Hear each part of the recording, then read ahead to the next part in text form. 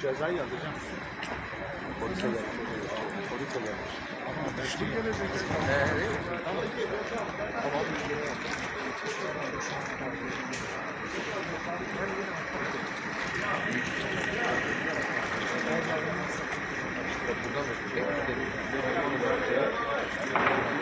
Buradan da buradan fark ettik.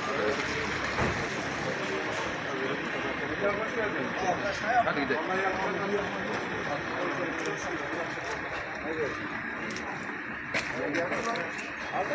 Kaya geleyim ben de ne yapacağım bana kahve de sesli alırsın. Ben de evlerim var. Sağ içine gireceğim mi ona göre gireceğim.